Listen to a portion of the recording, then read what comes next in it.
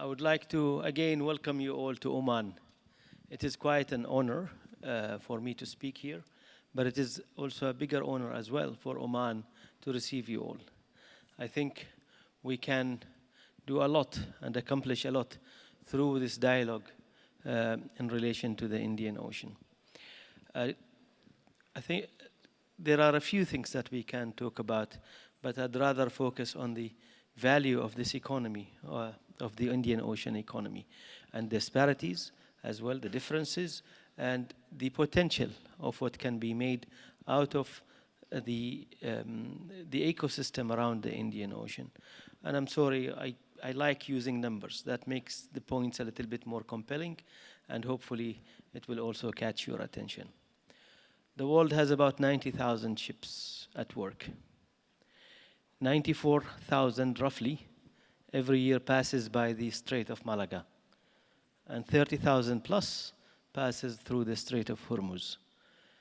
And when it is normal, back in the Bab el-Mandeb, that's roughly about 20 to 25,000 ships. 20% of the world energy passes by the Strait of Hormuz, and about 10% passes by the Strait of Bab el-Mandeb.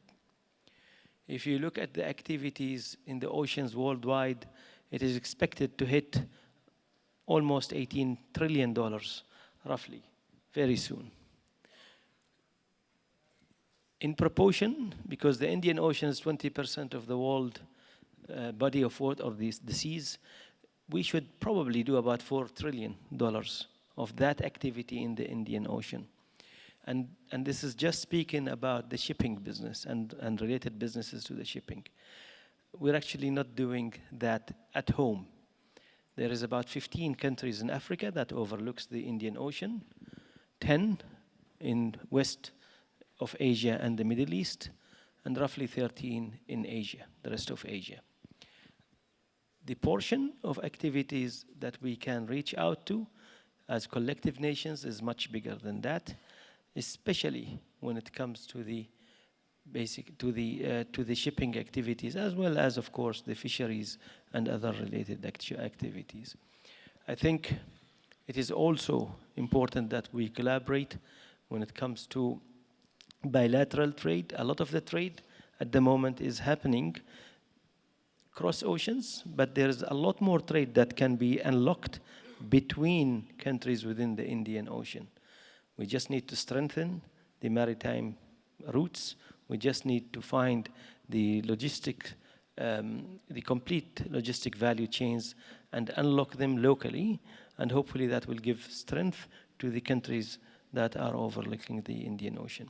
There is a lot of modernization, if we talk about modernization, that we can do. A lot of it is actually happening in the neighborhood. We are in advance to other countries. If you look at the move towards green energy in the ports, in the shipping industry, as well as in the activities that are related to the ports. A lot of the modernization when it comes to the green energy is happening around the Indian Ocean.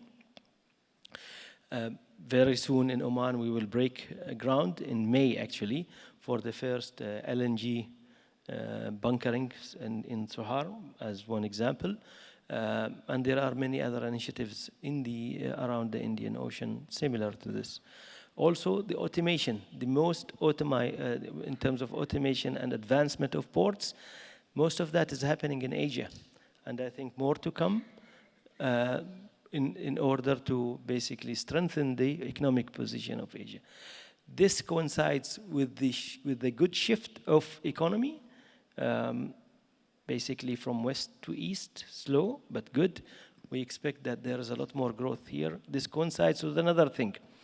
This coincides with also the trend of in the next few years, most of the young youth will be in Africa, and that will give a lot of additional weight, especially in terms of West Africa, to the Indian Ocean.